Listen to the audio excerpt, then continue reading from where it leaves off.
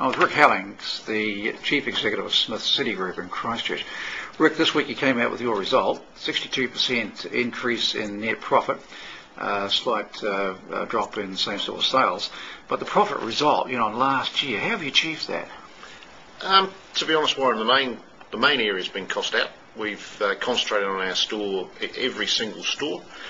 We've centralised some administrative costs, but really it was just looking at every single store and saying how could we improve the performance by store. And so we had a lot of buy-in from our people, and that was really how we did it, an absolute focus. The market is tight.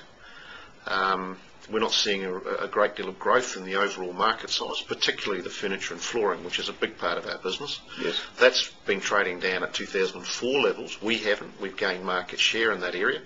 But it is very, very difficult to try and improve your profit performance through sales in an environment that we've had in the last 2 to 3 years. Well, it's a big drop in the size of the market, and I guess that's the on-running recession that's coming through now. Is that the bottom, do you think, for the big ticket area? I think we're getting there. In the 2006-2007 period, when the big ticket area really thrived, it was on the back of household debt. People were using the mortgage and the increase. I don't think we'll see ourselves get back to that level. But we're trading in the furniture market in an environment that's down 25% on 2 years ago. But it was 20% down the year before last and only 5% this year. So we are seeing it bottom out. The key influence in the furniture side will be where the building and property market goes. Right. So we are feeling that the rest of this year will be pretty soft. We're going to have the impact of the GST changes and the tax changes, and they're very difficult to predict for the short term. History tells us there'll be a bit of a peak pre-GST and a bit of a lull after GST. We'll then move through Christmas. I think we by the end of this year will have reached the bottom. We will start to see it come back. Just don't think we'll ever see it come back quite as strong as that 2006, 2007, because I think that was an artificial size business anyway. Now, your business has changed quite a lot in the last 3 or 4 years. You've stepped out of some parts of the market that you traditionally at home in the Christchurch market were closely associated with in terms of building supplies. Yep. And is that the reason then for the change in the sales, which has, in my view, been misunderstood or misinterpreted by the market? Yeah, it's the primary reason. I couldn't sit here and say we haven't had, last year we were down 3% on a same stores basis. That reflects the economy.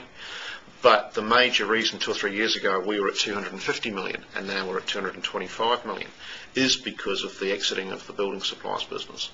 We started our expansion program around 2003, 2004, and we got to 2007. And to be frank, even though we'd seen some increases in profit, we weren't taking to the bottom line what we felt we should have.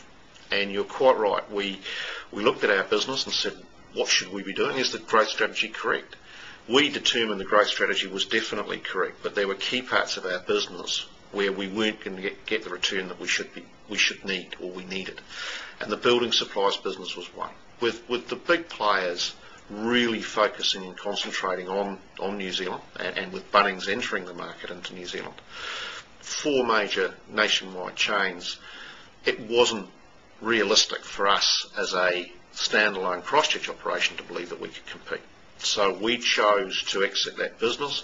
We've incurred some costs exiting the business, but the biggest impact, if you look at our ongoing results, is definitely in the top line, the sales line. Right.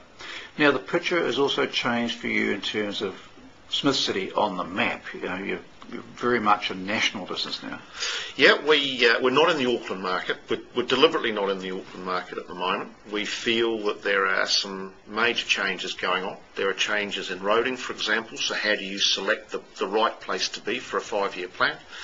Demographically, it's changing. They have clearly had a huge increase in the number of apartments being built, so that has an impact. But also in the population, they're very heavily cosmopolitan, large Asian influence, for example. So we feel that there are other parts of New Zealand that were better, and we've now concentrated on what we call the toe. We've got a store in Palmerston North coming down through the Wellington region, so that's where we're concentrating our efforts.